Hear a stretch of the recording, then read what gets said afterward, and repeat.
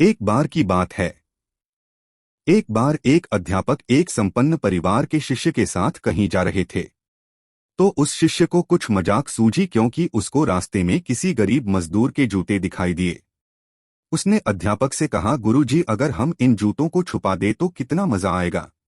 देखते हैं कि मजदूर पर इसका क्या असर पड़ता है। अब उसको तो मजाक सूझ रहा था, लेकिन गुरुजी ने कहा कि नहीं, गरीब इंसान के साथ इस तरह का भद्दा मजाक करना ठीक नहीं है। उसने कहा, क्यों ना हम इन जूतों में कुछ सिक्के डाल दें और देखें कि इसका इस गरीब मजदूर पर क्या प्रभाव पड़ता है। उन्होंने ऐसा ही किया।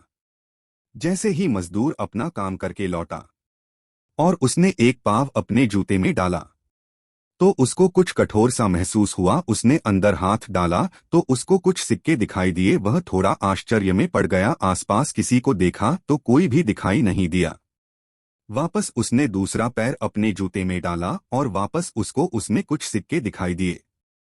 अब दोनों जूतों के सिक्कों को उसने अपने हाथों में रखा और प्रभु की तरफ इशारा किया, है प्रभु, पता नहीं किस भले मानुष ने यह सिक्के मेरे जूतों में छुपाए हैं, लेकिन जिसने भी छुपाए हैं उसको मेरी दुआ है ताकि इन पैसों से मैं अपने बच्चों और पत्नी के लिए कुछ खाना और दवाइयां ला सकूंगा। और इतना बोलकर वह चला गया।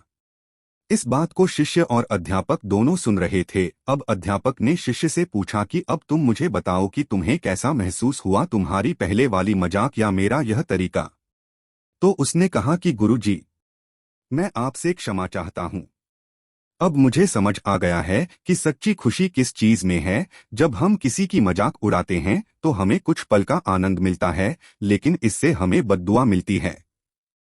लेकिन अगर हम किसी की मुश्किल परिस्थिति में मदद करते हैं और जिसकी भी हम मदद करते हैं उसको भी नहीं पता कि हमने उसकी मदद की है, लेकिन अंदर ही अंदर हमें पता है कि हमने उस इंसान की मदद की है। यही सच्ची खुशी है। जब हम दूसरों को खुशी देते हैं तो हमें सच्ची खुशी मिलती है। इसी तरह खुशियां बांटते रहिए, लोगों की मदद करते रहिए और दान करते रहिए जिसके भी आप काबिल हो।